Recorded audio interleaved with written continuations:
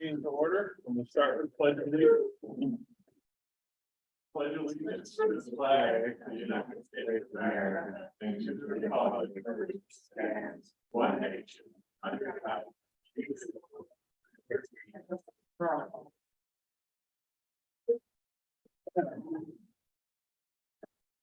All right.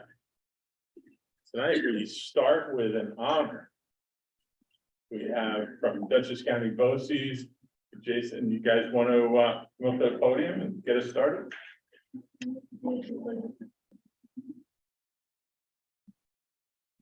Thank you all. I'd like to announce our student of distinction and your student of distinction, Abigail Gonzalez. What I tell our students to get this honor is that teachers take a lot of time, a lot of effort, and a lot of thought when they're choosing a student. They're filling out about four to five word packet of paperwork. They're having a meeting, they're discussing, and they're really going back and forth in regards to who deserves this honor. And I do have a little note from one of your teachers, Ms. Carolyn Van Wagner. So without any hesitation, I can say Abigail is an incredible student who demonstrates what a student of distinction should be. She has been hardworking and motivated in all of her courses, I must add, breezing through her coursework, completing her art coursework in less than 4 months, moving on to another art course. The quality of her work, the sensitivity of her paintings and drawings are beyond her years. Skills that come to her naturally. Skills that come to her naturally are making many of our other students envious. Having her in her class and our school for that matter has created a positive role model for her peers. They are all in awe of her work, but more importantly, the kind, soft-spoken soul that she is. She radiates her passion in art with the amazing mural she is currently working on in her school's hallway. She has thoughtfully painted gifts for her teachers and friends, sometimes doing it at night. Her work is always appreciated and loved. Abigail is truly a special and amazing student, who I feel strongly will contribute positively to our community.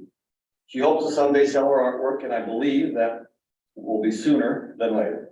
I feel proud that I can say that she is my student, although quite honestly, she has taught me a great deal as well. It is with great joy we recognize her tonight as our student of distinction. Congratulations to Abigail.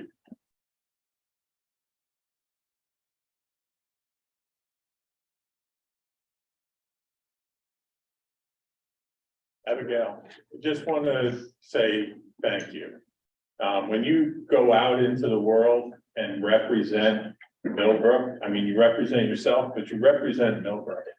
And to get this kind of award and this kind of praise from your teachers makes us all look much better. So thank you so much and congratulations. Very good.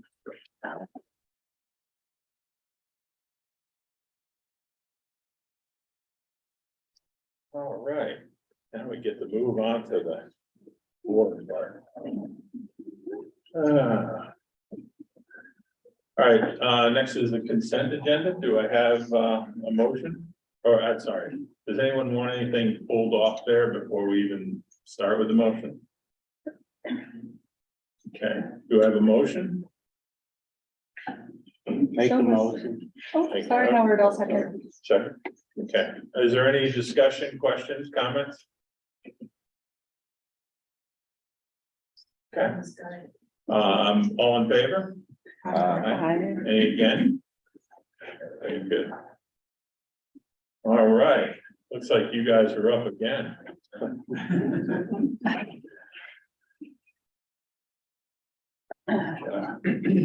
It's got much. Just give me 1 second, it's just Okay. set up. Once it's on the screen, you can get it, you're good to go.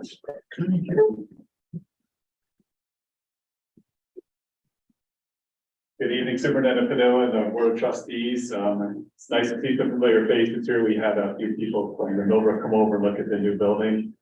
So we appreciate your effort in coming over and taking a tour with us. This is really my first presentation so far of the 23-24 administrative BOCES budget. This is the portion of the BOCES budget that the school districts vote on. So it's important that we come out and present it. Most of the other programs and services at BOCES are really driven by participation.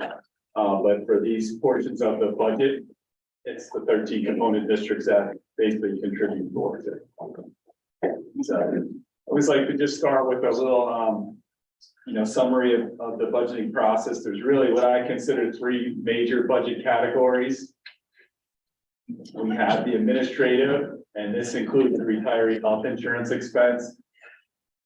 Administrative is, we think of the board clerk, the superintendent, the business office, and then the retiree health insurance expense is when people retire from BOCES and during their tenure there when they work, the COSA that they were in supported that health insurance. But according to law, when they retire, they move us into this portion of the budget. So it's quite a bit of a burden for us. I'm going to speak to the capital and rentals as well, because I think once again, that's an area that's completely contributed to by the component districts. And then, as I mentioned, the programs and services, that's really what you think of when you think of BOCES. That's our CPI program, our special ed program, educational resources, things like that.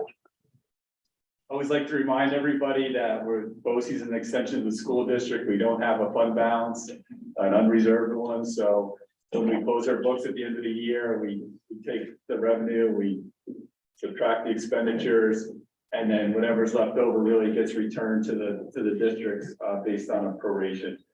And also just want to remind everybody that there's always an incentive to do business with BOCES because there's a large state aid piece that gets returned to the district as well.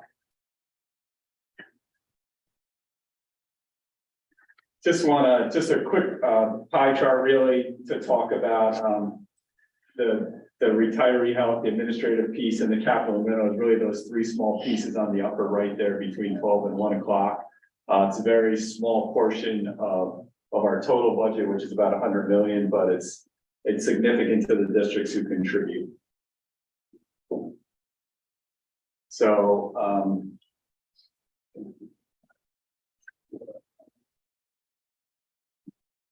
as I mentioned before, it's really the administrative includes the superintendent, cabinet level. But really here is our budget for the 23-24.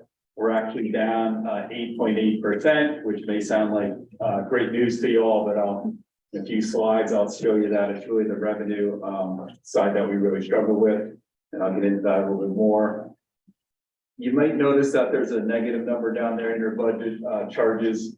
Pretty substantial. What we realize is that when we look at the administrative budget, it's the components that are picking up the share of this, but we do a lot of services to what we call non-component districts, which are outside of the county. And what we've established is that it doesn't seem quite fair that they can come in and take our programs and services, but they're not really a part of the administrative budget, so to speak. So what we do is we have what we call an administrative fee. So if somebody from, say, Ulster County comes in, we charge a little administrative fee of 10% as like an uptick. So, really for every $1,000, we're paying 100. We take that money and we move that into the administrative budget to help support this as well. But really what we're looking at next year is just under 9% decrease. The next piece is as I mentioned before, the retirement health insurance piece, which gets moved to this budget as well. Actually have some good news here as well, because DHIC, which is a health insurance consortium that Millbrook participates in, as well as BOCES and most of the districts in Dutchess County, they've been realigning the Medicare rates. There's a Medicare rate for health insurances and a non-Medicare health insurance rate. And I think we have about 324 retiree health insurance plans. And I think almost 90% of those for us are Medicare plans, and because they've been kind of adjusting those rates down a little bit for us. We see some savings there as well. And then simply when we combine them all, the administrative and the retiree, it's coming out to a 7.7% decrease from the previous year. And now we'll speak to the funding of it. And there's really two main sources for it. It's what we bill the districts and it's, any other miscellaneous, revenue that we can find.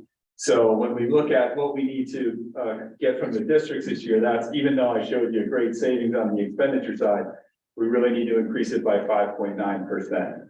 And then the other revenue, retiree health offset, is that for some period, we had a retiree accrual, goes back well past 10 years.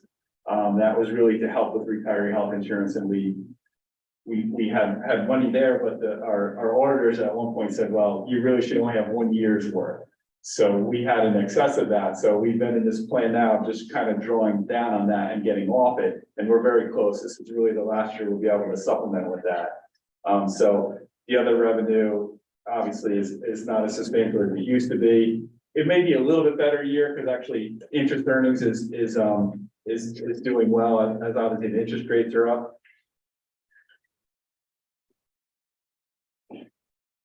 And then when we move to what your contribution is going to look like for Millbrook for 23-24. This is based on our WADA. It's just really it's a mechanism that's consistent, that's non-arbitrary, and that's how you determine each component share. And what you see is that Millbrook's gone from 924 last year to 845. You're trending a little bit greater of a loss than the entire district. So when we look at your share for the administrative retiree, it'll be 124,000 next year. It's up just over 1%. So really not much of an increase there. And now just to speak to the capital and rental budgets, because I think this is important to include as well. We are out of the M44, we have our new building, we're very excited about that, but there is still a little bit of rent because there are in-district programs that we run that are in some of the school districts, so that hasn't been completely eliminated. You'll see that it went from 703,000 a couple of years ago, it's down to 75,000 at this point, so not completely eliminated, but we do pay for in-district classes that are in some of the school districts in the county. And when we look at the capital, we're actually increasing that a little bit this year. 2 years ago, we actually lowered it quite a bit. We understood that all the districts were in the middle of funding our large capital projects, so we lowered it. And we really didn't have any other capital projects going on at the time. That was our focus. We brought it back up to $600,000 last year, and now we're moving it to $1 million. We have a nice new building, but we really need to give some love to some of our older buildings. We did lose a couple items in the capital project with cost escalation. So one of those is the lower parking lot. So we'd like to see some things like that get finished. But all in all, this also decreased expenditure wise by 9.5% from the previous year. And when we look at your capital contribution for next year, once again, based on our WADA, you're actually about $4,000 less than we charged you last year for capital and rental. And then I always like to add this slide. So I mentioned the surplus before. So when we closed our books for 21-22 and we did our allocations to the districts, we returned $280,000 roughly to Millbrook. And your estimated BOCES aid, which is paid in 22-23, is about $500,000.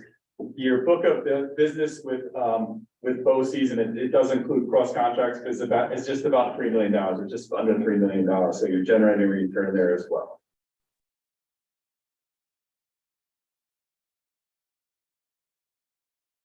And at this point, I'll turn it over to Jason to speak about some of the programs that you participate in.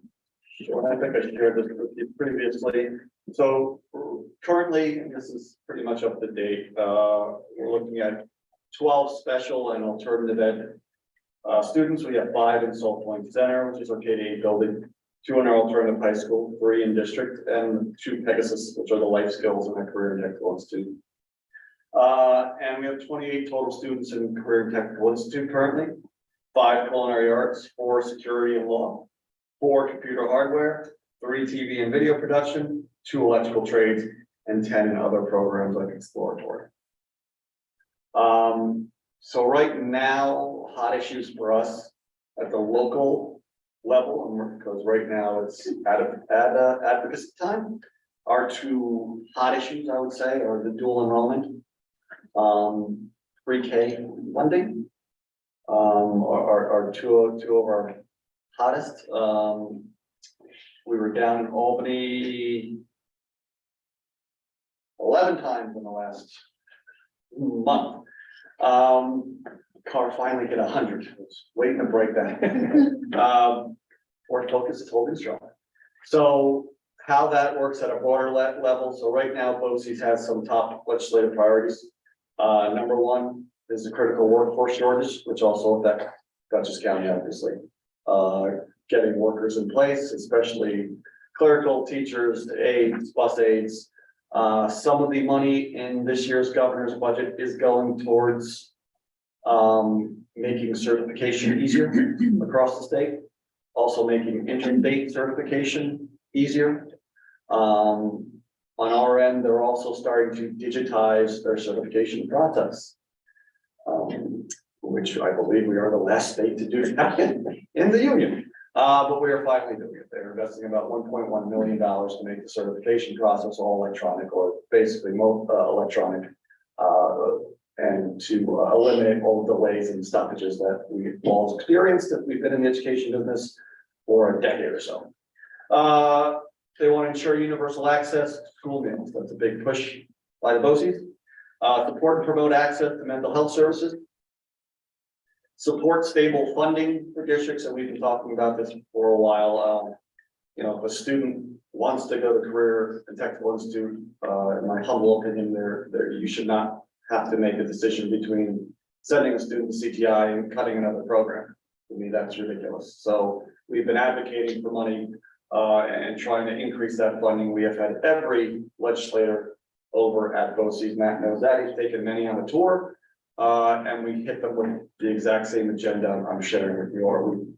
Our latest meeting was with Lieutenant Delgado, Governor Delgado. We're lucky enough to have him in our county. We had a meeting with him about 2 weeks ago to really discuss another one of our issues.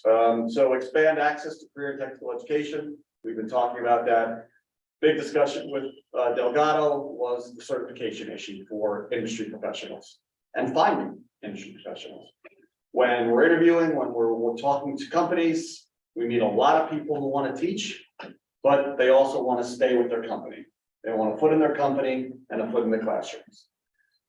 There's about 10 states in our union currently that offer part-time certification to industry professionals, giving them up to 400 hours a year to teach in the classroom.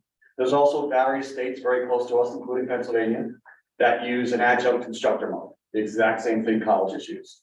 We've written an advocacy letter. We gave that to Delgado. We also just gave that to the commissioner and her team. We're setting up a meeting in about 3 weeks to discuss possibly Dutchess County piloting one of those scenarios.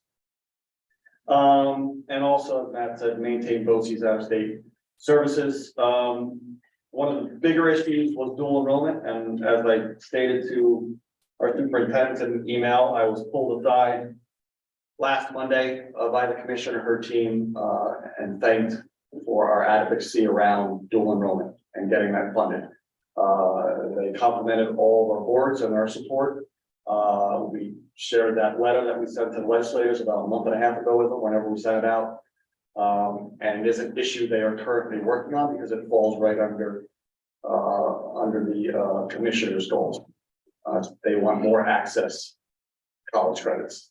So on her current budget, you've got 3 or 4 programs currently going in the state that kids have access to early college programs. One of them being P-TECH, which we're applying for. So this year, BOCES, IBM, and OnSemi Semiconductors will be applying for the P-TECH funding to start a P-TECH early college high school in our area. They plan on combining all the various programs, it's about 4 of them right now for early college funding, under one umbrella, and to increase flexibility, meaning right now there are some rules in place, for example, that require P-TECH to be 6 years. In my previous districts, and I know I can speak for Dr. Peter Jordan in his previous districts, we did early college in 4 years. And what you find, and if you look at the data, kids don't continue the 6-year education in the PTEC model.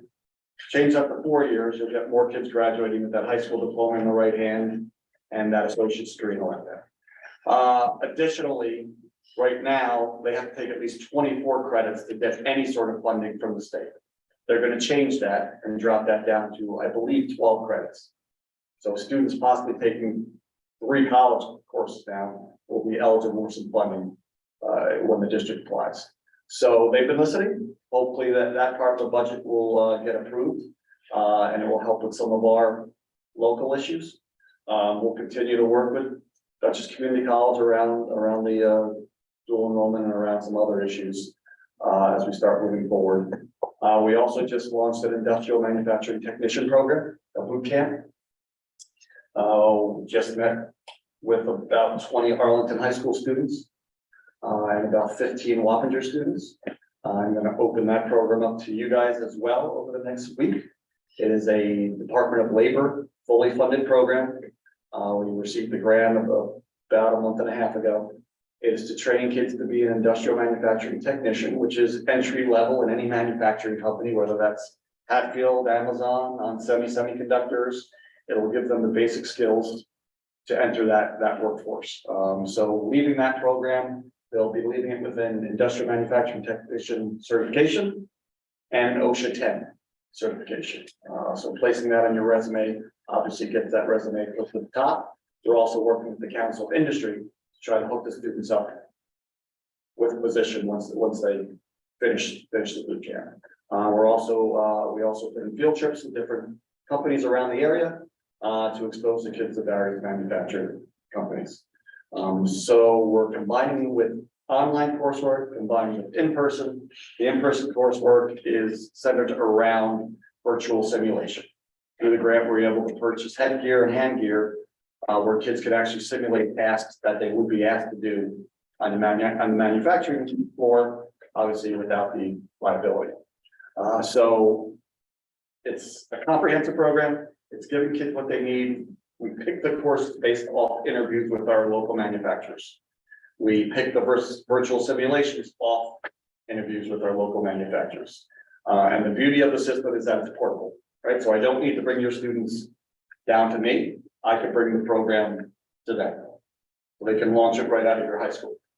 That was one of the items we really focused on because we're listening to the, Millbricks, Dovers, Weetabix, all our districts saying, listen, we want some more portable programming. And this is something that I think would really benefit students that may be interested in manufacturing careers, because obviously I can only speak for Onsemi. Onsemi, I was just there. There's going to be about 1,500 jobs at Onsemi over the next 2 to 3 years. And those are jobs that require a little more than a high school diploma, less than a 4-year degree. And those are jobs that start at about $45,000 a year with full benefits, and they're willing to pay for your schooling. It's tough to beat. So we'll present that in the very near future to Millbrook, see if we have any interest. And just quickly, BOCES by the numbers. I know Nancy sent that out to everybody. That is the newest edition of BOCES by the numbers. And as Matt said, we're now about 391 school districts that are participating in BOCES Coordinated Health Benefits Consortium. About close to 18 million now estimated saved through cooperative bids or COSERs through BOCES. So that number has increased significantly over the last couple of years as well. We did want to thank, and I'll reinforce what Matt said, obviously, thank you for your support around the capital project. We know it was a long one with the pandemic. But as we noted, because many of you came on tours of our building, April 15th, we'll be having our open house, 9:30 ribbon cutting, and then 10 o'clock till 2.5 hour open house. We can roam around the building, see different programs, and really see the new facility. We've also been hosting hosting sophomores over the last month from different districts as well, just showing them the new programming and the new structure. So thank you again for that and that support.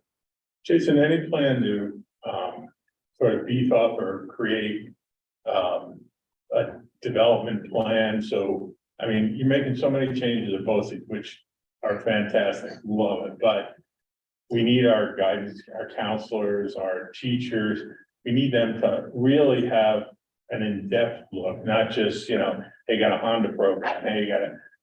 What does that mean and what kind of kids does that? Part of our work, we're trying to put everything under the Think Dutchess umbrella. Because they've got a lot of funding, and a lot of ways to touch a lot of people through social media and various other ways. We're working pretty close to the Ron Hicks. And one of those issues we identified was educating our adults, educating our parents, around career and technical education. So we're in the middle of a plan right now. We're going to share that with everybody. We're also working with junior achievement around getting some of their programming on the COSER, so our district can start exposing to their kids to careers at an earlier age in a structured program, so they're not just blowing things out of a hat. So yeah, the county is very interested as well, not only us, but to start educating our teachers, because right now their goal is to become the manufacturing hub of the state. And we're in a good place to be that in the next 5 years. So, and it's pretty exciting. It's just as important to show the transformation of BOCES, that it's not the BOCES of the 70s, where you don't want to be in high school, go to BOCES.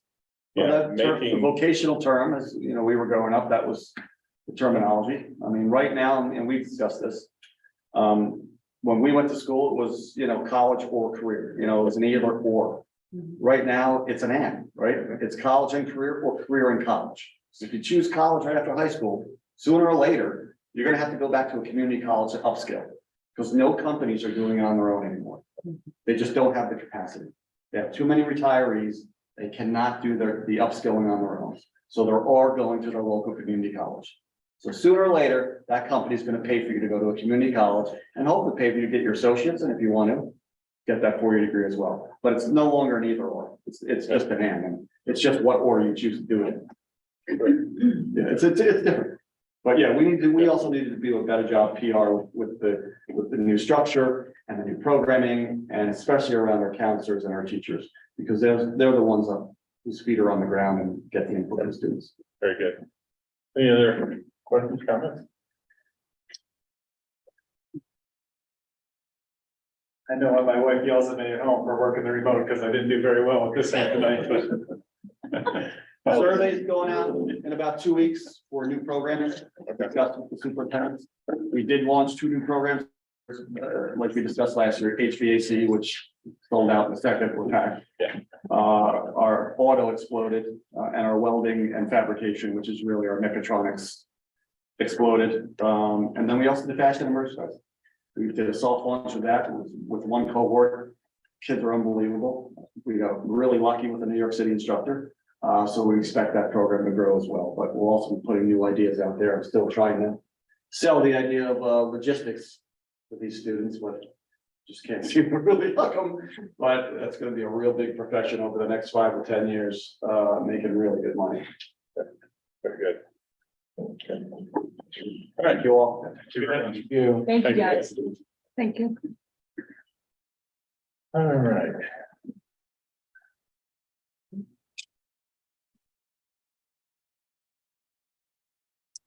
Okay, next is the BOCES board nominations.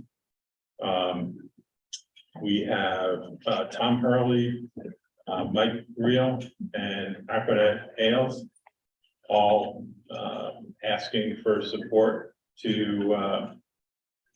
for nomination. This is not the vote. You can nominate everybody, and then when we come down to vote at a later point. So we remember how we start this, but does anybody have any problem with giving everyone a chance, nominating all 3? Anyone? Okay, so if the motion is Be resolved that the Board of Education nominates Arpanet Hales, Mike Real, Tom Hurley, to serve on the Board of Education of Dutchess County Board of Cooperative Educational Services, BOCES. Be it further resolved that the Board of Education Districts directs the district clerk to certify the 2023 nomination form as such and deliver said ballot to the clerk of the Board of Dutchess County BOCES on or before March 20th, 23. Do I have a motion? So moved. Do I have a second? I'll second. Very good. The two of the folks, Tom and Mike, are already on the board, running for, re-upping. They met with the Dutchess County School Board Association the other night, just to sort of introduce themselves. And I mean, there was nothing that struck me as reason not to nominate everybody. Any other questions or comments? All in favor? Aye. Any against? All right. No. What did I do? You didn't. Not get done. That's, yes. Okay, 2023 budget update. 23-24 budget update, I should say. Okay, I guess I'll start. The board asked us with every one of these presentations to just update everybody on the timeline, so this is our "you are here" slide. We have this meeting and then one more budget presentation to give the board and the public until the board formally adopts the budget at our first April meeting. So this evening, we're going to be just talking through all of the budget categories, the major categories, what's changed up or down, and a brief explanation as to why. And then we'll wrap up with the summary of the components, similar to what Mr. Mesker presented from BOCES. We're going to present the same thing, admin, program, and capital. So with that, I will give it back to Mr. Hernandez. And you can explain.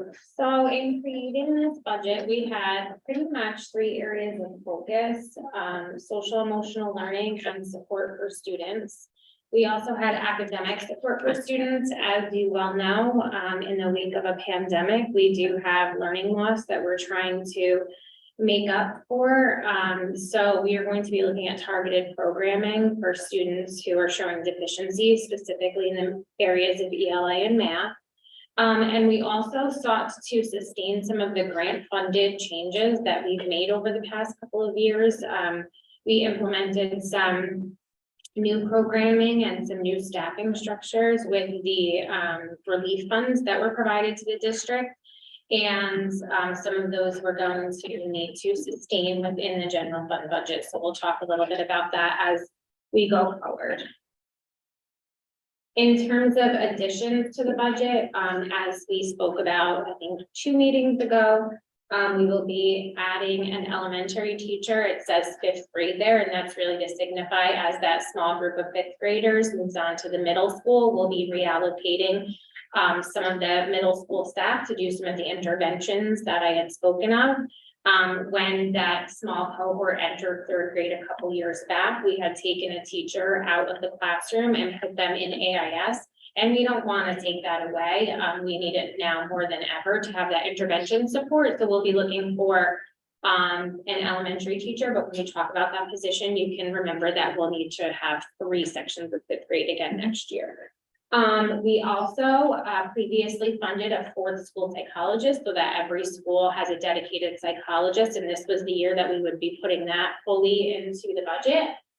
We also have that position for high impact tutoring. As I had mentioned, this will be funded from the foundation aid that we know is coming, that there's a set aside of money. And this may not necessarily be a full-time position, but it will be covered by that foundation aid.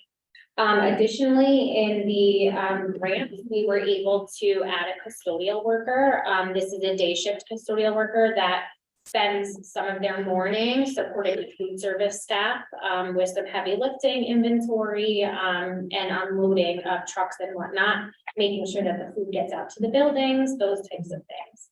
It's been really helpful to have this position, so we're going to, sustain that within our budget. We also have some additions to the budget. I know Elliot mentioned last meeting that we have $70,000 that we're adding to the budget to begin to upgrade from smart boards to interactive classroom displays. We'll also have additional a maintenance truck with a plow and some additional cleaning equipment that was also discussed previously. So you'll see an addition in the facilities area. And then this year, we also utilize an independent investigator for DASA and anti-discrimination claims. That's really important for us to keep that. So we're going to increase the budget line where those investigators have been paid out of. So we also have reallocations within the budget. As you know, there's been some shifts with folks leaving and then reallocating portions of their positions to stipended positions to maintain them. So we have a registrar stipend, we have a data reporting stipend. We also have what we took from a teacher on special assignment position plus a summer stipend as was the CSE chairperson in the past. We have created an administrative position from what was already in the budget. So a portion of the deputy superintendent salary was the budget. That with the TOSA and the summer stipend is where we got the supervisor PPS position. So we are reallocating that officially within this budget. We also have administrative salaries that are reallocated within the budget itself. So while there is no addition of positions, there's positions being moved so that they are clearly represented within the budget based on the portion of the budget that they directly serve and supervise. So you will see some changes and I will highlight them as we go through the fund appropriations in the next couple of slides.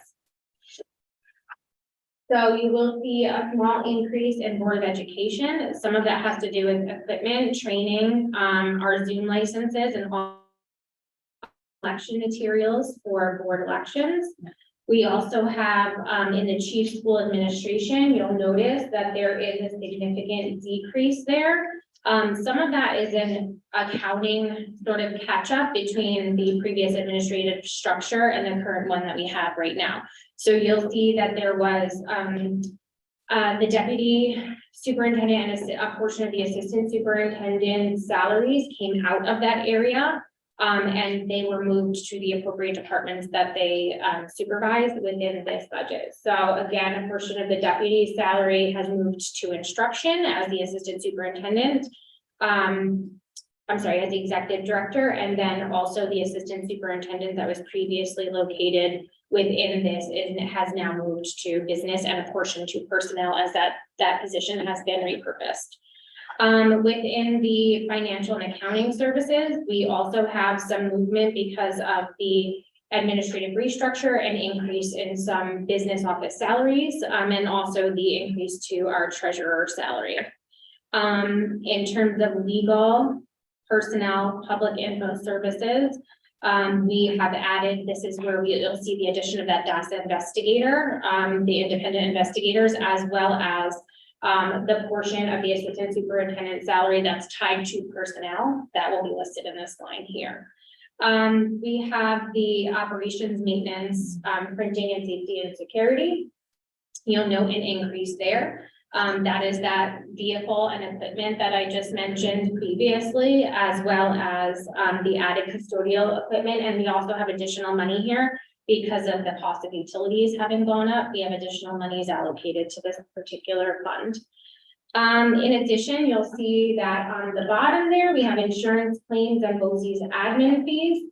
And some of that is an increase in cybersecurity insurance and also just the insurance rate increases. So you'll see some of that reflected in that code there.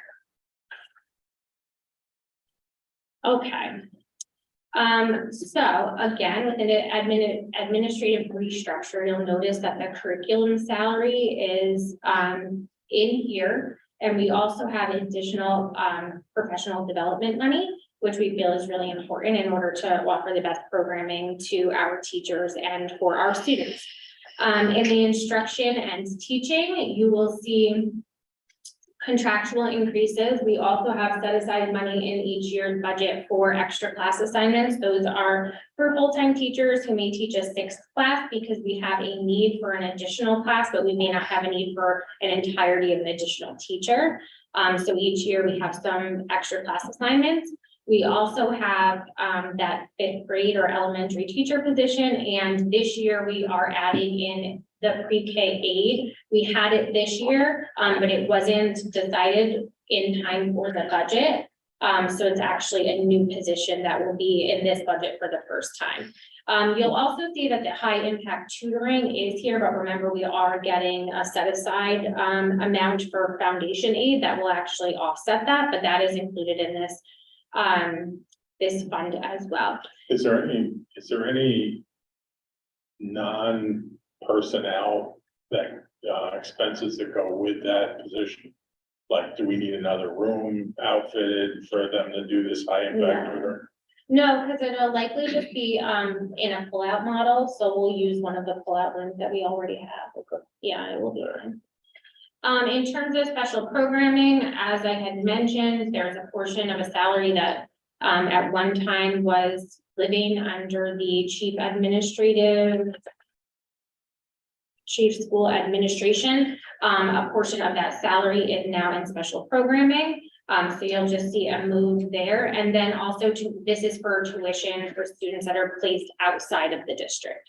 So there's an increase. We saw a significant increase in some of that programming estimated. Some of them are projected at like 15% increases. So we're keeping an eye on that, obviously, but we, as I mentioned last meeting, we always keep a couple of space holders for that reason, because we can never really project those costs accurately the full year before.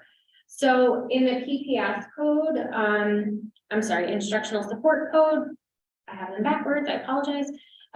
So that is the administrative restructure. So this is where the data privacy and digital fluency position is now located within the budget. And this is also the funding for those interactive display boards and the continuation of the one-to-one device program here. So we always cycle them in new devices. So that's where that will be. And in terms of the PPS, this is where the administrative restructure from, oh my gosh, this is really gonna, what was Victoria's position? Yeah. Data analytics and professional development. Yes. That position is now in the PPS budget as the supervisor of student services. So that's where that position now lives. And also moving the school psychologist from the grant to the general fund. So those are two positions that were grant funded this year. The position already existed within the budget, that supervisor's position. It existed within the budget. We funded it this year from the relief grants, and now we're moving both the psychologist and that into this PPS code. In terms of pupil transportation, we've reviewed the new transportation contract. So no surprises there, but that's the increase that you'll see. And the employee benefits, it's exactly what it says, employee benefits, they increase. And then the interfund transfer. So the interfund transfer is actually a slight decrease because there is a small fund balance within food service that we are leveraging in order to make some purchases for like obsolete equipment that needs to be replaced. So we're using the fund balance that we have within food service to then support the food service program.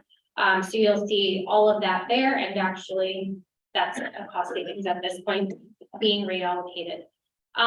So in terms of the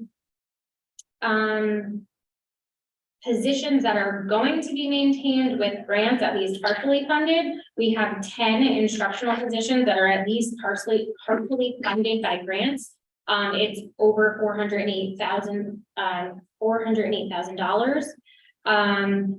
that goes directly to the MTA positions. So 10 different positions. They're mostly teachers who work with special education or intensive reading programming. But they are partially supported. That's about 5% of our total budget for instructional staff. So we're pretty proud of that we are able to maintain that within our grants budget each year. And now Elliot will sort of summarize all of that in terms of the 3 parts of our total budget. Just single question for you, Elliot. So as we've been going through, this goes here. I'm assuming Victor's been, you know, looked at what we're doing, so we don't end up with an issue with the audit. Oh, yeah, Ashley and I were pretty much just putting things where it goes. So a lot of what Calvin was referring to in terms of like moving from here to there is like, so my previous position, I'll give you as the example, right? I was overseeing technology and facilities. So part of me was in the capital portion, Yep. and part of me was in the admin. Oh, I'm sorry, part of me was in the program, and now I'm in admin, so it just shuffled like that. So it's really just, we have a whole detailed spreadsheet with a column that's specifically allocated to from and to. Okay. We actually shared that with Comfort. Okay, Yeah, and we'll be prepared to share that at audit time, just for full transparency. good. Okay, so if you remember, by law, we're required to present the budget to the public in 3 pieces, the program, admin, and capital. That's what I was just referring to. Obviously, our program is our student-facing portion of our budget. Those are our teachers and everything that we do that's directly interacting with kids. We want that to be the biggest part of the budget possible, and it certainly is. We've actually increased that this year. We touched on that at our last meeting. So our program component is $26,204,684, or roughly 76% of our total budget. So you can read what's on the screen. There's a lot of words there, but I'll say very simply, the 24% at the bottom 2/3 of that page serves the student-facing 76% at the top. And so when we talk about the admin component, we talk about our administration and everything that goes along with it. Everybody in this room is part of that admin budget, including our board and the expenses associated with the Board of Education itself. It's best practice, you know, in our industry to keep that number as close to 10% as possible. We're at 10.1%. So I feel like we've in the last couple of years been trimming closer. And as Caroline said earlier, you know, we shuffled administrative positions, but we've actually trimmed our admin costs, even with bringing grant funded administrators into our general fund. So we're pretty proud of that too. And then our capital component is at just about 14%. And, you know, a lot of that is the things we can't control. The cost of utilities, some of our salaries and benefits for the staff that takes care of our buildings and grounds, and legal things and rental fees. And, you know, we try to manage that as best we can. But again, you know, as utilities go up and inflation goes up, that one's a little bit more challenging. But I think the biggest highlight here is that 76% of our general fund budget is going directly to student-facing personnel and related expenses. So if you want to look at the chart, the graphical depiction of what that looks like. And again, we'll be providing a little bit more detail in our public budget documents as we move forward. And the numbers, I was just corresponding with the treasurer this afternoon, right before this presentation. Our dollar signs may shift a little bit between now and our next board meeting. I'd like to have everything as finalized as possible at the March 28th meeting. You know, we're looking at an additional possibly $10,000 in salary costs, just as our teachers are earning degrees, they're earning credits, and so some of those costs are going up a little bit more than we thought about a couple of weeks ago when we were putting this together. But it shouldn't really affect our percentages too much, but you might see some of the dollar sign shift. And again, our revenue is a moving target. So but we're expecting that the state will finalize the state budget, hopefully by the end of this month or early April, if they're on time, fingers crossed. And if that happens, we'll have a better picture of our revenues. And for, you know, full transparency and clarity for the board, a portion of our revenues is an allocation of fund balance from this year to next year. We will be leveraging that number to fill the gap between what we expect from the state, and we actually get from the state, plus the tax levy. So we'll use that as our balancer.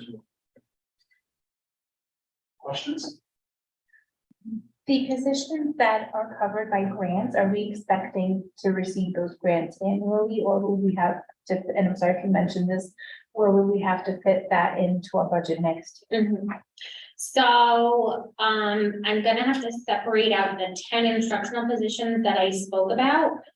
Because those are pretty stable federal grant sources. That's the IDEA grants that are targeted for special education programs for CSE and then CPSE programming. And we have, I think, off the top of my head, we have a portion of 6 different positions, 4 teaching positions, 1 school psychologist position, and 1 support staff position within those. And the other ones come out of Title I. And that is a reading teacher at Elm Drive and an AIS teacher at Elm Drive and a reading teacher at Alden Place. And then the other one is escaping me, but this is all from memory, so I think that was pretty good, but those are stable grant funds. And then the other ones that I mentioned, that school psychologist position, we were able to put in there because of the relief funds. So that's where we added the 4th school psychologist, we're now absorbing it into the budget, and then from the ARP grant, which we do have 1 more year on. And we might use a portion of the allocation to fund within our actual general fund. So we'll have the position in our budget, but we may use a portion of that for the same services. Okay, thank you. But then that grant expires 2024. So we need to move it into, yeah. Okay, and I did have another question, and I'm not sure if you've presented this before, but Elliot, is it possible to have that? I love the pie chart because it's so clear to see. Is it possible to have a comparison with last year's budget in a similar way compared to this year's? Certainly, I think, if you give me 1 second, I'm gonna stop sharing this screen, and I do believe we have it, where I can just kind of give it to you really quickly.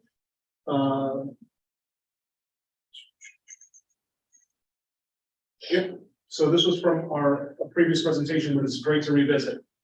This was what the admin program and capital looked like in the current year and what we're projecting next year. So we're going from 11.44% down to 10.11% in admin, from 74%, 74.25 up to almost 76 in program. And in capital, we're going just about a 1/4 point down, and that's trying to offset the costs we can't control, what we can. And then when we put our public budget documents together, we're gonna kind of collect these graphics and charts from the previous presentations and the current all into one kind of comprehensive document. We just don't want to keep sharing the same stuff week to week here, but they will all be put together in that document. Thank you. Good. All right, very good. Thank you, Caroline. Thank you, Elliot. All right. Athletic handbook revision.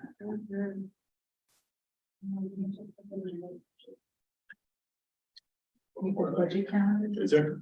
Yeah. Oh, so I'm sorry. Approve the amended budget calendar. Do I have a motion? So moved. Do I have a second? Second. Yeah, any discussion? Comments? What was what was the actual change? We just took out, changed the dates that we did for the meetings. Oh, right. Yeah. Okay. Everybody okay? All in favor? Aye. Any against? All right. Now, is it all right if I go? Changes to the athletic handbook. So the athletic handbook has not previously been approved by the Board of Education. But what we have proposed at the last meeting to the Board of Education was that as we approve our regular student code of conduct every year, we'd like to also approve the athletic code of conduct as well. So we're very early this year. But feel like it's really important, and then you will be seeing any revisions or proposed revisions in the new year when we propose our student code of conduct, typically in that reorganization meeting in July. But this is the first pass through, and we did have multiple folks involved in just the review and revision. And also working with other school districts to sort of view, what's out there in terms of best practices for athletic codes. So this was a work between the secondary principals, the athletic director, and a couple of coaches that went through. And this is what we have for our athletic code of conduct. And just before we go, I mean, personally, I think this is incredibly important. You know, when our students go out to other schools or they're here in front of parents and teachers from other schools, they reflect us. And we need, as a board, in my opinion, to put our name on, this is the way we expect our athletes to act.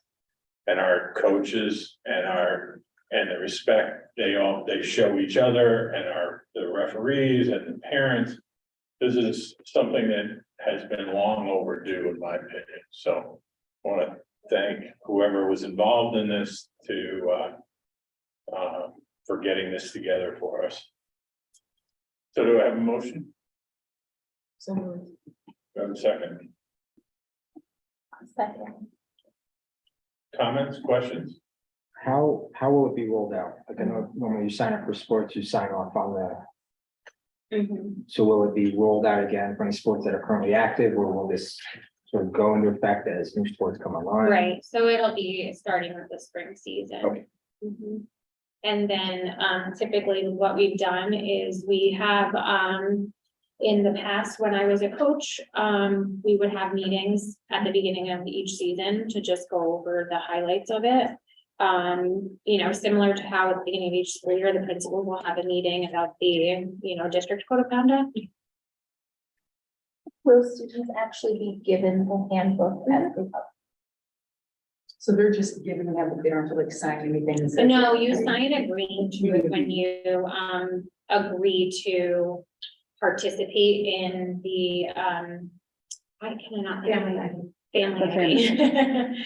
The online athletic, where you have to do your medical clearance and everything. So it's similar to the consent that you sign off on the district code of conduct each year. You're given access to it and then you have to sign agreeing to it. It's an electronic signature because it's family ID, but that's how they will all assure that. So a lot of spring sports, I think, have already been signed up for though, Mhm. so we're still, Yeah, we're still going to have to get a sign off on this separately.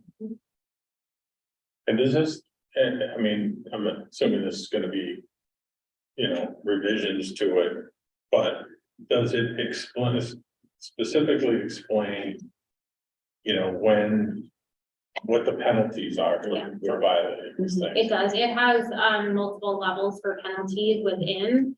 For some reason, I'm having trouble scrolling right now, but if you go down to page. Participation rules, it starts on page 11 and then it talks about warning, suspension from one contest, suspension for up to a week, including at least one contest, suspension for up to 2 weeks, including 2 contests, suspension for the season, suspension for 1 school year from the date of violation. I mean, it's very important. Sports are not right. Sports are, something you earn. And we need to make sure that all aspects, not just the athletes, but all aspects of, whether it's the refs, whether it's the coaches, whether it's the students, parents, whoever. They understand not only what we expect, but what happens if they don't.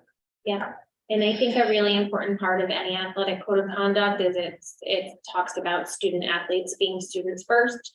Academics is a priority. It talks about eligibility requirements. It also talks about things like bullying, harassment, and hazing, defines that and goes through for that as well. So I think that's an extremely important piece of any extracurricular programming. Following up on David's question, is there going to be a deadline when they have to sign it through family ID? What if a student who's in a sport doesn't sign it? Yeah, so for this season, I don't think that the sign off will be able to be through Family ID because they've already signed up through Family ID. That will be the plan going forward, but we'll have to do something separate, a separate sign off, but similar to how we do with the code of conduct. For this spring season, because signups have happened. And you know, typically it will be similar to like if the child doesn't have a physical, they can't participate, right? If they don't have this signed off on, they're not agreeing essentially to the code of behavior for our athletic programming. And like Perry said, athletics is a privilege. It is not a right. It is not protected by the property rights of students.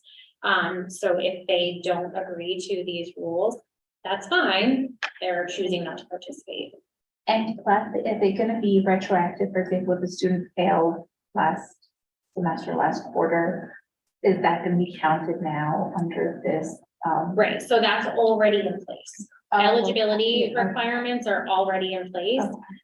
So any student that was ineligible, that's covered by our code of conduct, that's already there. It's just reinforced by the athletic code. Mhm. I have two questions. Do we not have when I was looking at the sports for golf, is it only boys? Currently, yeah, we only have a Okay, boys team. We okay. actually have females who play on the boys team, because you are allowed to do that. Oh. If there is no corresponding sport for, girls, you can Okay. actually play on the boys team. But I know that there's conversation about the potential. We actually have quite a few girls who are interested in golf, some who are on the team currently, so I know that there is some interest for splitting. And then they would play in different seasons, and then they would play against other girls' golf teams, so. Okay. But currently, it is the boys' team. Okay, And board members are not eligible to play at golf. Just- Boys or just- girls on the sport? Well, boys can play. As long as I can. That's all. my Watching with your other girls make question, another play. just so I'm understanding it correctly. For verbal abuse at the coach's discretion. So level 1 through 6. So does that mean? Based on. Chris, can you tell me where you are? I'm sorry, okay, it spans a few pages, I'm trying to think which page I'm starting at. Maybe 12. See, level 1 starts on page 11. Page 11? I'm getting there, sorry. Oh, okay, I was just making sure. No, you it's heard okay. me, so. Mhm. So, verbal abuse at the coach's discretion is mentioned under level 1, 2, 3, 4, 5, 6. Yep, So does that mean just based on the coach's judgment of the intensity of the infraction, the coach could say that was a level 1 consequence versus a level 6? Or do there have to be 6 separate instances? no, I think it's the Okay. severity of the incident, Right. probably the visibility of the Yeah. incident as well. Okay. So sort of the same things we would measure our district code of behavior infractions against. And then also if you notice where it says under every single level, it says acts which may exhibit poor sportsmanship.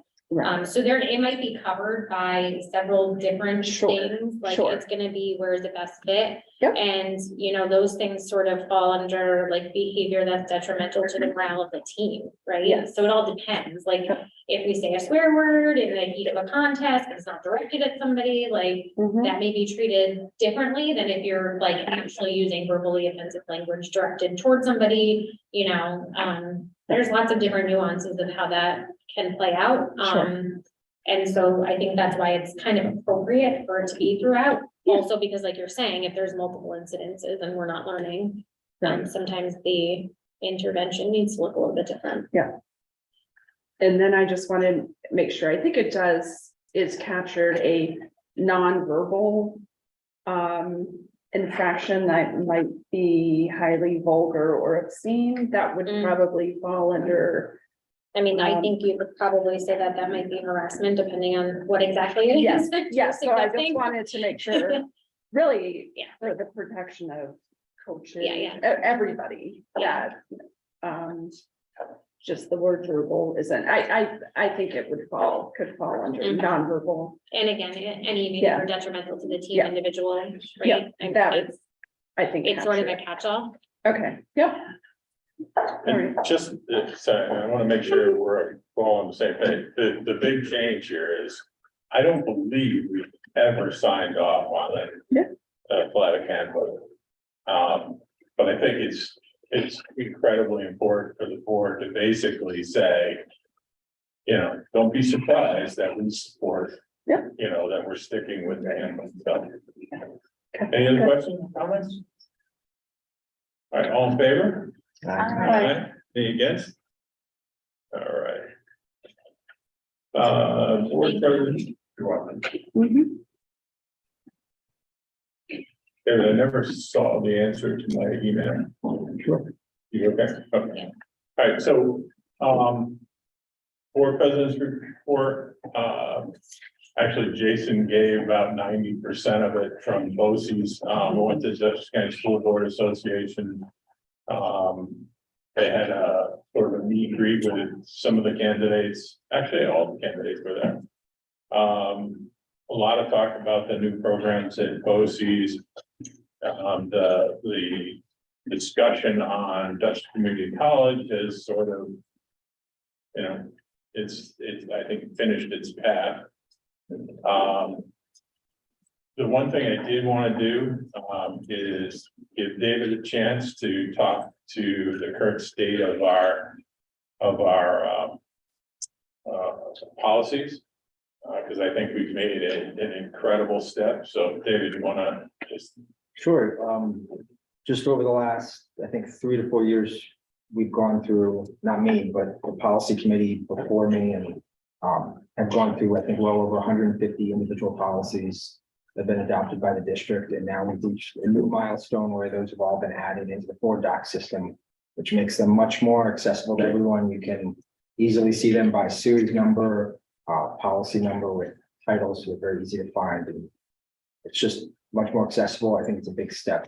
I think we just got one series left to go, which is mostly revised and just needs some tweaking. So huge thank you, especially Cheryl, for doing that over the finish line. Thank you, Sharon. Thank you. I just, I don't know all the members of the policy board, but this is this is like a 20-year. I'm not exaggerating. I mean, this has been forever trying to get these things updated. We just about get them there, and then some things changes and we got to go back and hit them again. So the team of people that push these, you know, reviewed them all, pushed them through, explained them, is a fantastic piece of work. So if they go into the website, can they get directly to the policies without Yeah, logging on the board docs?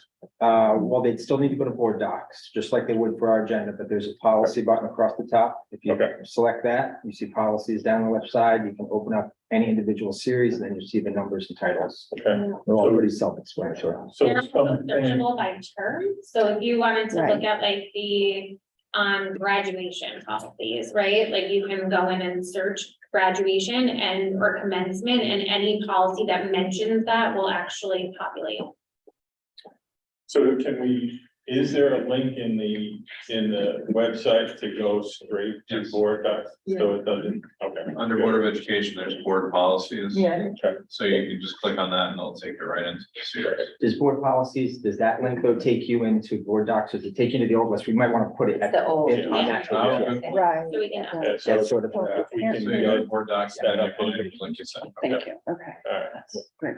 No, I think that it's a fantastic piece of work. I think it helps our parents, our Yeah. teachers, you know, it just helps us all.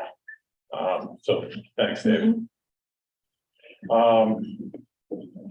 Well, the last thing was, and I talked to Tim Colby, Mayor Colby today. He wanted to make sure, you know, we sent the letter saying that we did not support the addition of parking on Alden.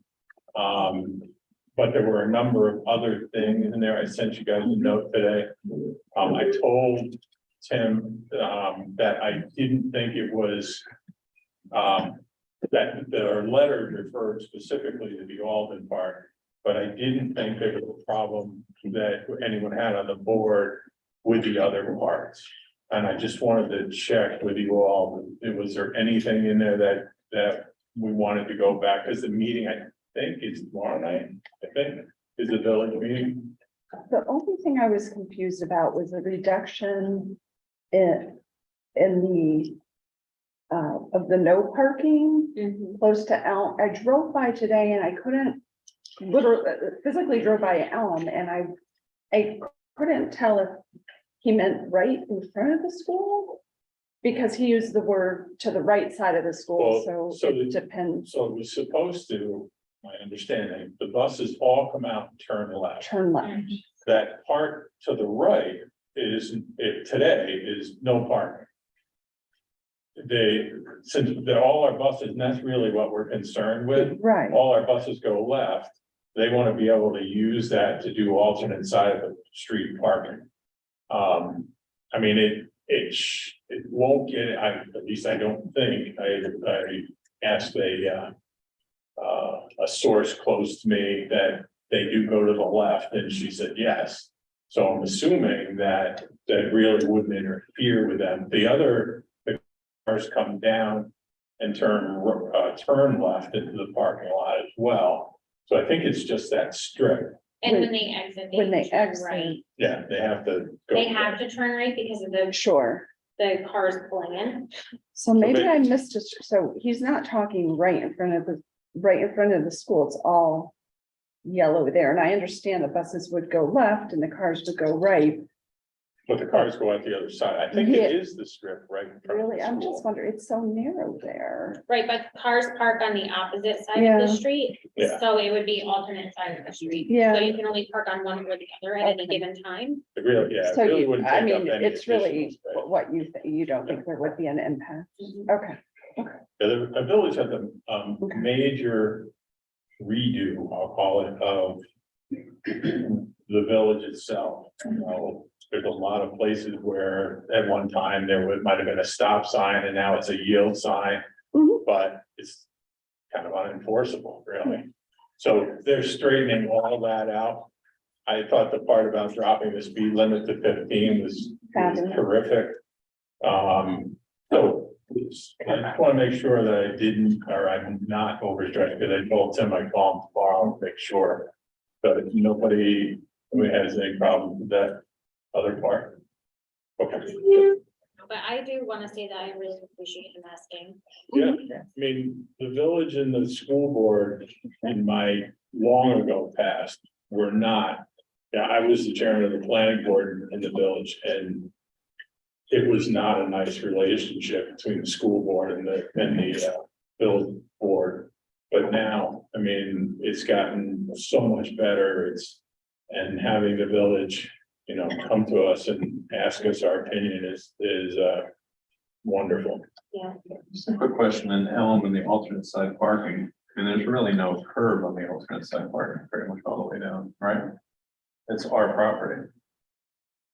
Correct. Right, so it would just seem weird that they'd have alternate side parking on that side, right? Mhm. I mean, I don't know. On the right, and this part. So as you're coming down to Elm on the left-hand side, it's really just our grass. There's no curb or anything else. So are they really gonna have? It seems foolish to have alternate side. Yeah, It should really only be right side with the curb. yeah, I don't know. I mean, I think they have You're it gonna right have away people's there. grass. Yeah, that's Yeah. a concern. It's a playground. Yeah. Anyway, Well, I mean, if you want me to, ask him to, Keep it on one side. unless they're gonna, curb and, yes, I didn't even, rules to it. I didn't even think, I was only thinking where there was the yellow no parking right now, It's where probably there all the isn't. way up the street. He's talking Yeah. all the way. I'm assuming. right? I didn't, Maybe not. I didn't No, think he so. was Yeah, it specific was about the one Only in the front. piece. Yeah, Okay. yeah. Well, that It makes sense. speaks I'll- to I'll- me. Because you can't have cars just parked No, out yeah, I there mean, next to the and that's- playground all day. no. No, there was a very specific, Right. amount of space, I think, did you say 400? That's It was right, in my something head. like that Yeah, from the entrance or Right. exit. I will check tomorrow, or I'll send them an email. To ask them just how far that parking goes, does it doesn't get back to our property. Up on Elm. Alright. And anything else? Okay, Chris? Anything? I'm good. Okay, Caroline? So good evening, everyone. Again, we have March, which is our Music in Our Schools month. So I just want to give a special thank you to our music teachers and our musicians that continue to make Millbrook one of the best school districts for music education year after year. We're extremely proud of them. And this is the month where we celebrate our school music programs. I also want to say thank you to Nicole Barnes and Mr. John Miller. Millers and Barneses, we seem to have so many of them in the middle school these days. So John Miller and Nicole Barnes, I want to say thank you to for their work in organizing the middle school high school STEAM fair. It was a huge success. We had over 40 participants, and Julia Hogenkamp from our high school has qualified to participate in the Dutchess County Science Fair. So that's extremely exciting. Her project was about gravity's effect. So hopefully she will participate and make us proud. So we have a superintendent's conference day, just as a reminder, with programming on March 10th. And that's a half day for students. And then in the afternoon, we'll be doing PD programming for our teachers. And additionally, we will have a superintendent's full conference day on March 13th, the following Monday. So there will be no school for students. We have a bunch of different programming that we will be working with. We're introducing a new student information system, which is from Synergy. So we'll be doing some training on that. We'll also be doing some training on working with students with dyslexia. And there's a couple of other exciting things that we have planned. We'll be working with the BCBA behavior therapist who's been working with some of our teaching assistants, aides, and teachers. So she will be returning. And then we will give you a full rundown of the agenda in our next meeting. We also have mobile ed that's coming to provide STEAM education lessons tomorrow, actually, for Alden and Elm students. And I wanted to just celebrate the electives fair that happened at the high school. So students were able to explore all of the electives that are offered so that they can make informed decisions for their 23-24 course selections for next year. We also had a really exciting meeting with our architects from BBS this past week, and we had the entire administrative team. We looked at the refresh of some of the plans for each of our core buildings in the district that will be included in the potential capital plan. We also looked at new traffic patterns at a couple of our schools. So it will solve some of the transportation issues at Alden. It will also be very helpful for parent pickup at Elm, and the middle and high school will be totally refreshed with a new traffic pattern, which will be increasing safety, but also efficiency in the process. So we're really excited about that. We also have Seussical the Musical, which is really exciting, Seussical Junior. And that is the Alden Place Drama Group. So that's this week. It will be Thursday night for parents or families at 6 p.m. And they did practice their Seussical this morning for Elm Drive students. They will be performing for the other Alden students tomorrow. So that's really exciting for them. And we're really proud of everyone who does that, both the set and also the actors, right? So that's super cool for them. We are working to promote the Art Blast, which is some of the art show displayed at our library from pre-K through 8th grade students. So that's really an exciting opportunity to see the work that the students have created throughout the month of March. So if you're in the area have nothing to do, you can sweep through and just see some of their creations and designs. We have a Scholastic Book Fair coming up in the middle school. That'll be from March 20th to 24th, so look for that information. We also have an exciting middle school dance on the 24th of March. Ms. O'Connell and her teachers recognize students who displayed ambition and perseverance during this month at their Blazer recognition ceremony this past Friday. And they're looking forward to Ned's Mindset Mission, which will be here for students on March 22nd. They'll also have the Kilowatt Kitchen, who will be here for Elm and Alden students on March 21st and 22nd. So that's some more STEM activities, which is exciting. And we have New York's Finest. This is really important because we talk about some of the assemblies. New York's Finest is retired police officers from around the state who work to inform students about internet safety. This is actually for students during the day and then parents in the evening. So mark your calendars. There's a presentation for middle school and high school. If you have children only at the middle school or only at the high school, it doesn't matter. You can attend either. But please, if you have the opportunity, please make sure that you do attend, because I think it's really great information for parents to have so they can discuss and reinforce at home with their students. We also have the preliminary tax levy calculation. So that was reported to the Office of the State Controller, and we will be refining those numbers, like as Elliot had said, as we get more information from the state budget projections and whatnot. We'll be looking to refine those numbers before the final submission and official word on that. And do you have ready to go? Yep. So we've been working, as you know, this is like one of the most exciting things in my opinion, on rebranding the district along with our strategic plan. So these are the refresh of our new logo, sort of through the process. You can see that we have a full branding and style guide, including the specific Millbrook colors. So we actually have a style guide that will show that horizontal lockup is how it will look on letterhead. So in either blue or white. So all official mailings from the district will have the same logo, the same typeface. Because one of the things that has sort of gotten out of control in the past, I would say decade, is lots of very creative, beautiful blazers, but it's sort of taken away from the official Millbrook blazer. So that is an example of the letterhead. That is the blue background letterhead. So we're really excited about it. And all this will be included in our strategic plan. So the new branding and style guide was provided to Education Elements as they're getting ready to create the mailings for the public.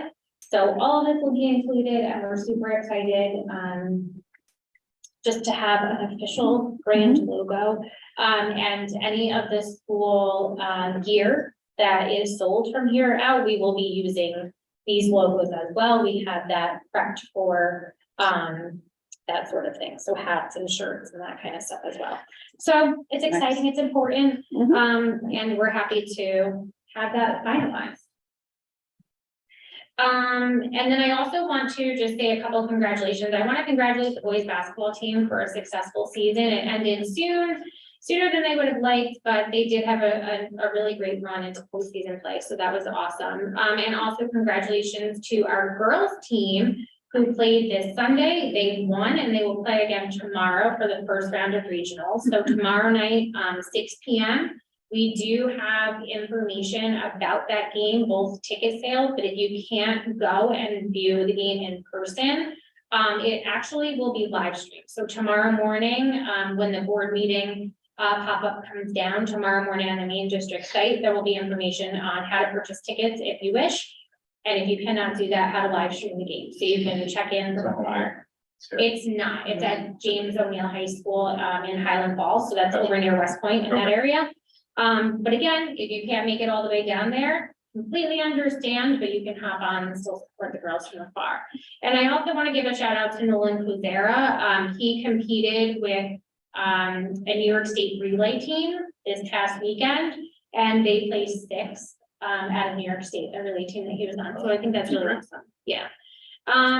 And then, once again, upcoming events that we have is that parent presentation. Cannot plug it enough. We'll be sending out more information on that, but I do think it's really important that we talk it up in the community because, you know, more and more we hear about internet safety and What's the date of that? the 16th and the 23rd. One for middle school, one for high school. And we'll make sure we put that out publicly. And I also did want to mention that we will have a football team. It will be 8-man football varsity, and we will also have a modified football team as well. So we are looking to build the program. It will be 2 8-man teams, which is, you know, still better than we've had, right? So we're building that program back. We're really excited. We have some of the coaches from last year returning. So they did a great job in building excitement at the modified level, and they'll be returning both at the varsity and modified level for the fall. So we're really excited at that. And we will also be looking to potentially merge, unfortunately, the girls varsity soccer. We don't seem to have the numbers for the fall, but we do have conversations in the works with Weebitalk to also merge with them as well, so that we'll be able to maintain the soccer program. It's unfortunate, but we're happy to be able to at least have the team through the merger. Okay. And that is all I have.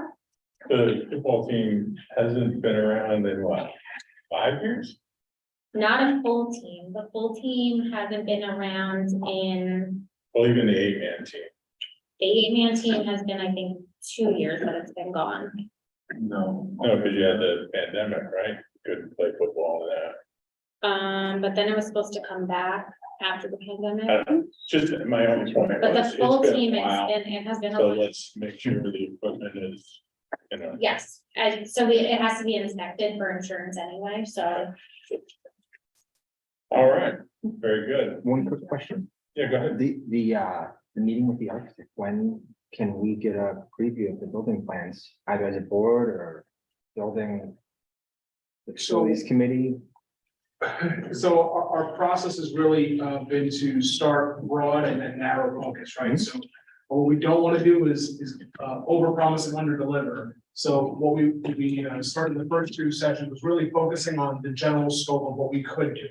What our vendor partners in terms of the architects and the construction managers are right now assigning dollar figures to every piece of what we talked about so far. So we wanted to bring you both the scope and the number. And so once we have those items quantified at our next meeting, we'll kind of kick back and forth, like, how good are these numbers? Does it include an escalation? So we want to come to the board with complete information. And I think at that point, once we have, like Caroline noted, you know, the traffic pattern and the main campus will have a dollar amount to it. Elms campus will have a dollar amount to it. Each piece of what we want to do with the interior is going to have dollar figures assigned to it. We're also looking to leverage potential energy performance contract, which would be a cost neutral component that adds some of our basic infrastructure needs. As Mr. Hartswick is looking up at our ceilings and windows, yes, certainly. And any sort of energy or sustainability programs that would go with that. So photovoltaic, solar collectors on the roofs, lighting upgrades. So we want to come to you with those things and really present it to the board at the point where we can say, okay, so we quantified this out, and I'm going to use a really big number. Let's say it's $80 million for all the things we want to do. And we can do 20 million out of a bond and 10 million out of an EPC. So we've got to shave 80 down to 30. And then here we go, board. Here's the presentation of all the things we can do. Let's make a decision on what we want to prioritize at the top of the list and what we're going to put on the back burner for a future referendum vote. So I would say probably we're going to hopefully have this data ready at the end of this month. And I would say either one of the April meetings, we would be able to start presenting that information as well. So is that committee that we had formed pretty much done at this point and everything comes directly to the board, or? We can, if you want to pre-screen it with the facilities committee, we certainly can. You know, you folks are more than welcome. I can invite you to the next project team meeting, if that makes sense. We can, you know, provide for virtual attendance if it's challenging to come to campus, but it'd be great to have that feedback at the ground level if you're interested in providing it. Okay. So that meeting is currently scheduled for Thursday, the 23rd. So if you're available, that meeting is scheduled for 2 p.m. I can send out a link and we can have you folks join up. Yeah, why don't you put it on our calendar and we'll see, well, who's it, because we can't have more than three of us show up, otherwise. I'm not picking teams, guys, you gotta pick. Okay, so who's on the facilities? David, Jen. They already have. Yeah, that'd be great, and then we'll kind of pre-screen everything there, and then if it's ready, we'll work with Cheryl to get it on one of the upcoming agendas after that. And the architects will come down and they'll present to you their drawings, the rationale behind it, why this, not that, all that stuff, we'll have them in the room with us for that. We can interview for 12 hours for you to come and kick us out of it. Yeah. I mean, I just figured it needed somebody to push it along a little bit, because it's going so slow. No, that's sorry. All right. Yeah. All right. Carol, I do have one question about the logo. With the virtual days, I think now you can go under any of the school websites and purchase gear, and PTO also sell gear. Will all these different facilities have access to that logo team and everything? Yeah. I mean, obviously, we're excited that people have their old stuff, right? Their old and left stuff, but we want anything that goes out from here on to be similar branding. Is it gonna be worth money? Yeah. You gotta get the ones with the, at one point, That's we what had makes it tiger vintage. head. Oh, I didn't, I've seen some of those. Yeah, Vintage. yeah, I think I have a few of them home with it, instead of the horse, it was a tiger head. And nowhere, I don't have no idea where it came from, but then it went back to a horse again, so. But I can sell those to you if you're interested. So even the M is gone at this point, right? Yes, Okay, just making sure. yeah. All right. And when you see anything that has the wrong logo, report it to the logo. Please. Tear it off their head. You gotta wear this, like, Sorry, now we're the. it's got to be like a SWAT team. We're gonna get you sure, we're gonna make you. I know. Maybe. You get it. Like, A little bib to like. A patch. We'll give you a badge. All right. Facilities. Good afternoon, everyone. An update on the maintenance reserve work. The Aiken Fence down should be installed by third of March. Expected to be installed by middle of March. The parts have been ordered for the high school air conditioning system. Hopefully you'll have that up and running. I should have a next update on the next quarter. Still, moving the technology departments. I've been preparing to install new vape fences in the middle of the high school electrons. At Elm Drive, we painted no parking and lines in the rear parking lot to allow the easy bus navigation around the turn in the back by the step and go down and cars are parking there, and it's really hard to bus turn. So that's gonna work out really good, and we're just parking it and just paying more. The new Reach refrigerator was installed in the old kitchen. The old one was built in 1955.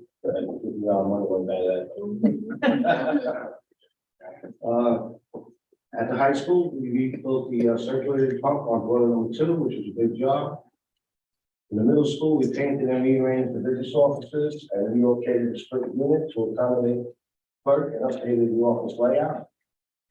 We also painted classroom 48. Conversion of the blackboards to whiteboards is finally complete. And we installed 5 new stereo LED light fixtures out here in the main lobby outside.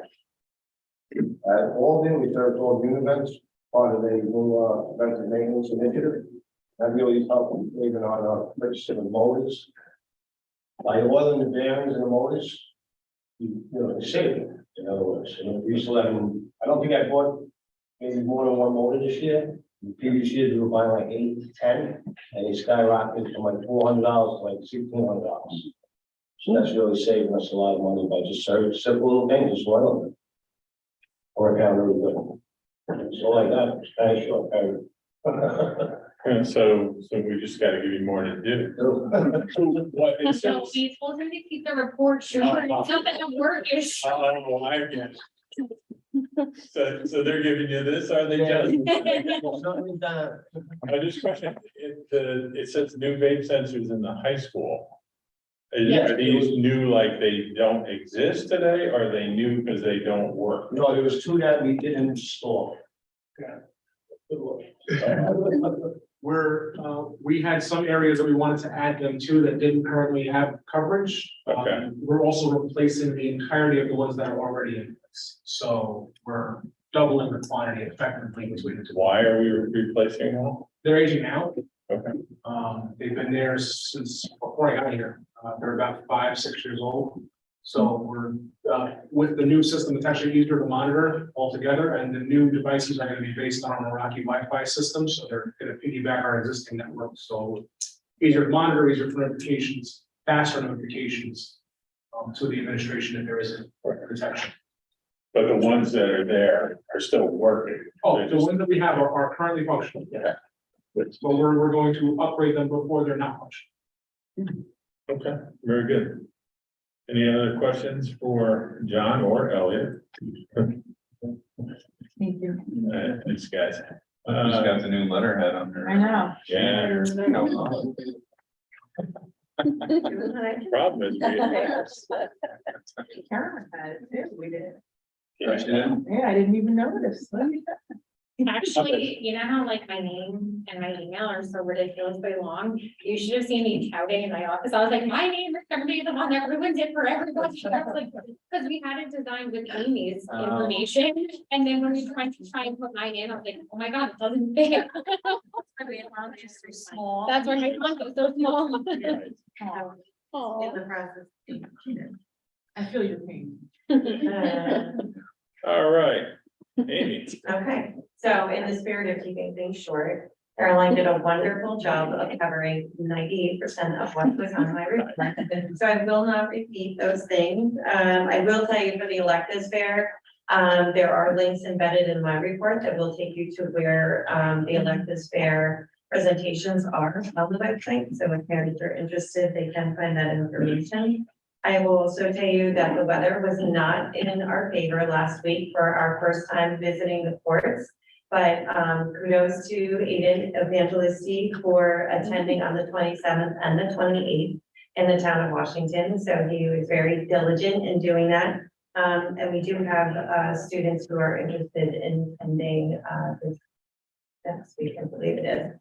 So I just keep emailing the students to see who is available and interested between the town of Washington and town of Unionville. So hopefully they will continue to sign up. And as you heard, hopefully the Millbrook Minute and then earlier, the art blast is happening at the Millbrook Library. So please go anytime during this month, try to check out some of the great work students have put together. Newsletters, as well as them being emailed home, principal newsletters are available on each of the building's websites in the upper right-hand corner. It's a principal's blog section, so that every month that they have posted one, you'll see the month and it will open right up to a user-friendly view. So if you lose the email, you don't have to search for it right there. Anything else Kathleen covered? No, Yeah. I missed actually credit recovery and final side. Okay, credit recovery. So that's just more of an awareness thing. Broadpoint is the credit recovery program that's currently used by the district. The company is sunsetting, they're going away. So we are currently looking at a company that I have previously reviewed and is being used in another area district. So the counselors are going to do a demo to make sure that it works for their needs, but they did have additional courses that Broadpoint did not offer. So I feel like it'll be a comparable program. And who said one? Final side.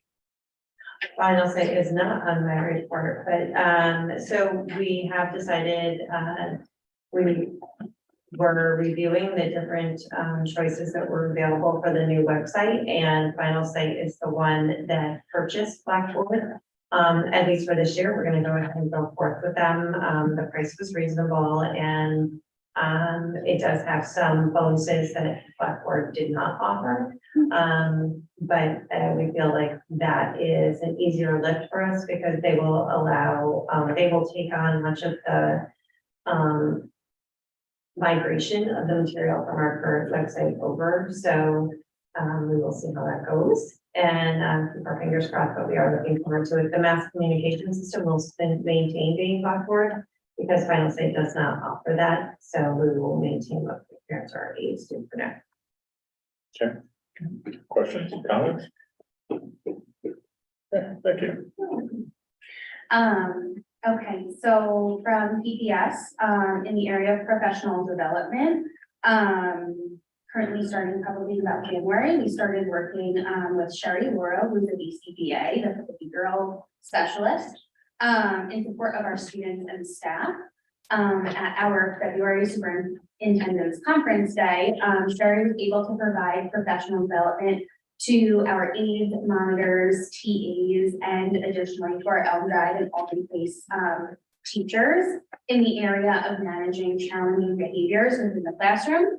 She led the participants through discussions around the following topics, including what is behavior, what are the functions of behavior, triggers for problem behavior, different interventions and strategies that can be implemented for problem behaviors in the classroom and school settings, and then ways in which we can support our students in working through these challenging behaviors and being able to kind of focus back in on the work that we are, presenting to them. Overall, we received really good feedback in response to this training. It was shared with the district that participants appreciated the training opportunity and felt that it was informative and provided them with different techniques to be able to support students exhibiting some challenging behaviors. Additionally, Ms. Goldberg and Mr. Cabello have recently completed a training in therapeutic crisis intervention, also known as TCI, in which they are both now certified not only to implement this crisis intervention, but also they are certified to train others in the implementation of this intervention. As a district, we're working on scheduling time where Ms. Goldberg and Mr. Cabello, can train other district staff members in TCI as a means of supporting some of our more struggling students. And then finally, for professional development, after speaking with Ms. Hernandez, Mr. Garcia, and Dr. Watkins, I have started organizing a group to provide support to our new district administrators, including myself, Ms. Goldberg, Mr. Kirsch, and Mrs. O'Connell. As a group, we meet regularly, typically on like a bi-weekly basis, in order to support one another in our new roles as within the district as administrators. And we have also reached out to some of our more experienced peers and supervisors in order to provide us with some specific professional development opportunities and other various levels of support. Looking specifically at the PPS office and our just staffing in general, first and foremost, we are very pleased to welcome back school psychologist Michelle Patron to Elm Drive. She has a primary focus working at Elm Drive with our students and our students are placed in out of district programs for special ed, conducting evaluations and sharing meetings. Since starting just last Monday, so just a little over a week ago, she really has hit the ground running in providing a lot of support to our students at Elm Drive, our staff there, and then again, already starting to share meetings for some of our out of district based students. Thus far this school year, the PPS office has coordinated 178 meetings of the 5014, CPSE, and CSE. This is currently 78 meetings less than were held last year at this time. So I think that just kind of speaks to the fact that we really have students appropriately placed where they need to be. Since January, we have received 10 additional requests for initial evaluations for services from both CPSE preschool and CSE. We have 2 state performance plans that the district had to conduct. So the first was for indicator 13, the compliance review. We received feedback because we submitted this back in December, I believe.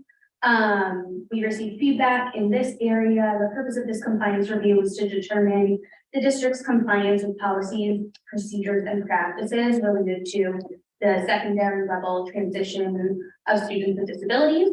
In response to the feedback, I have set up meetings with Mr. Slate, Mr. Cabello, the school counselors, and school psychologists in order to implement this feedback that we received from the state. Additionally, we are currently working on state performance plan indicator 14. This is a state performance plan that spans this school year and next school year. working on compiling the information to submit to the state, which focuses on the post-school outcomes for students with, individualized education plans. We currently are in the process of identifying a list of the students in grades 7 through 12 that will exit services through Millbrook Central School District during our current academic year. And then these students and families will be notified with the next steps and be subsequently provided that information. Two last things,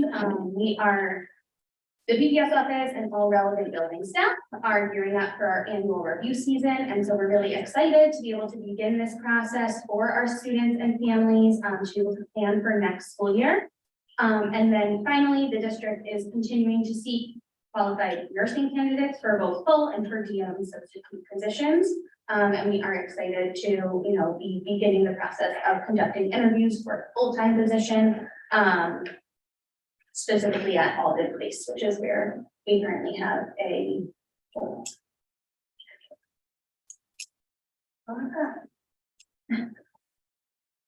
Question, comments, concerns? My comment is, kudos to you guys for that, the professional development. And just the applied behavior analysis. Most people think it's just to treat children with developmental disabilities, but our typical kids have appropriate and inappropriate behavior. Is there any plan to bring in, to bring her for professional development for middle and high school? Yeah, so we are in constant communication with her. Currently, as I shared, we kind of had a focus on our elementary buildings. Just from the nature of behaviors, we see at that level. Yeah. But I think we absolutely would be, willing and happy to bring her in for some more secondary tiered work as well. Great, thank you. I wanted to ask if you can share a little bit maybe about what the state's feedback was, and you indicated there's a meeting to implement the feedback received from the state. I'm assuming that maybe there will be changes made, and would that involve Carolyn, and then would that be brought before us, or maybe that can kind of be resolved? Right, so basically the purpose of this is it's like a quality review. So it's, in some cases, the performance indicators are a self-review. And then when we send information up, they'll let us know if they want like a sampling of what we've sent. Indicator 13 is basically focused around transition planning for students. And one of the areas in which it was identified that we need to do better is our students who are in private school programming and don't interact necessarily with our school counselors and our school psychologists regularly for that planning work. So it's a lot of, I think, training with our private schools and working with them to get that information and to do some of that transition planning, because it's outside of our control. So that's part of what we're planning for, is how to make that information easier to access so that we can work with the staff in those schools, get that information and make sure that those students are also having sort of that equitable experience of planning for their future and their transition out of high school. So this work starts in the school year where the child turns 15. So in that school year, there needs to be transition planning on the student's IEP. So we do have some students that, they're not working with our counselors to be able to do that work. And so we have to provide that support to any of the programs that our students are in. Okay. And so currently, Kelly Mahoney, Lauren Prince, and Tom Chanowski again, Kelly does have some students in their 8th grade year that turned 15 during that school year. And so the 3 counselors do, meet with their students, and they have forms that they fill out with them and conversations that they have in meetings in order to create these transition plans with them. Again, for a lot of our students here, a lot of that is, college and career focused. So again, as Caroline had shared, a lot of what this initial meeting is going to be is kind of gaining that information from our counselors and then being able to kind of partner with our school psychologists in bringing that information to our private schools that they kind of work more hand in hand with as we go through annual review season and UCSD. Wonderful, thank you so much. Anything else? All right, thank you. All right, questions, comments from the public? And nothing from online.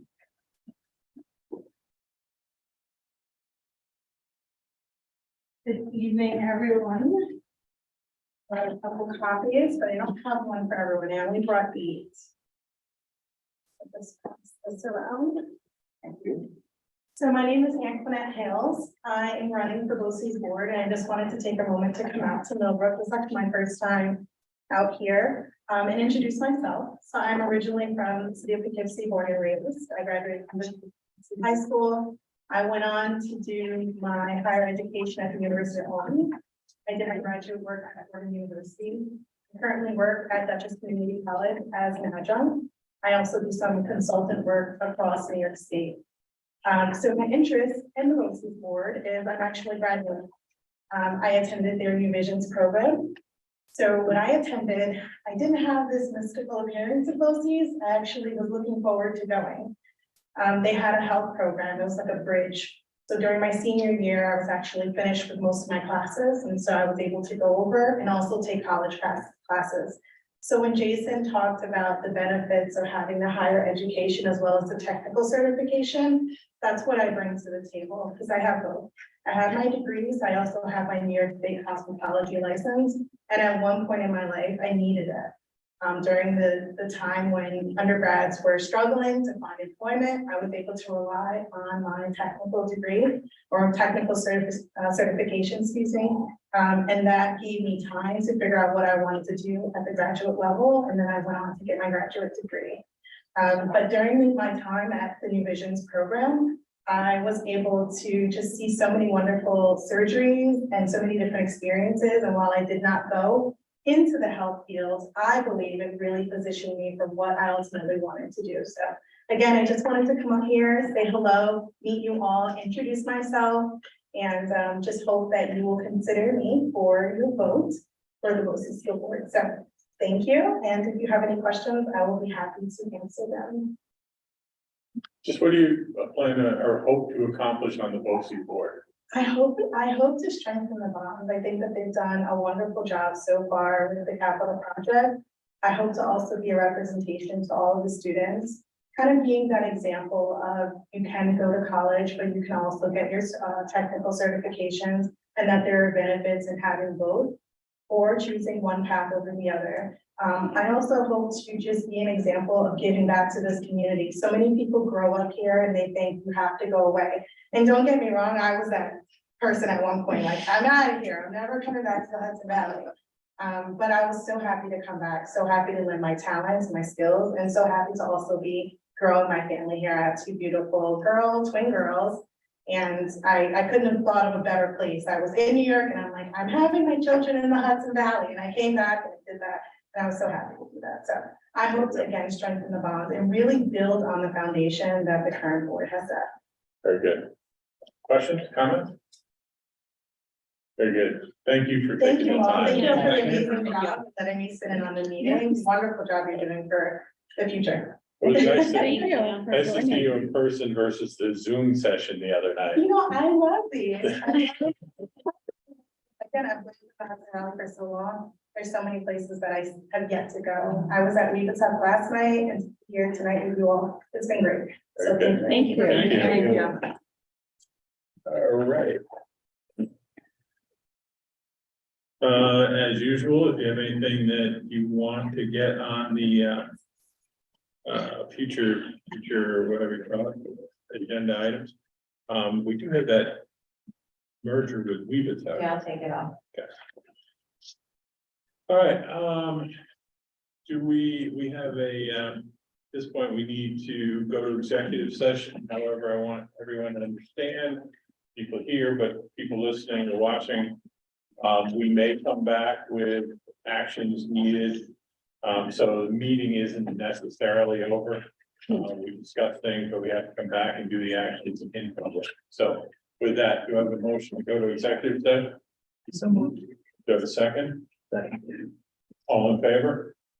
Any against? Okay.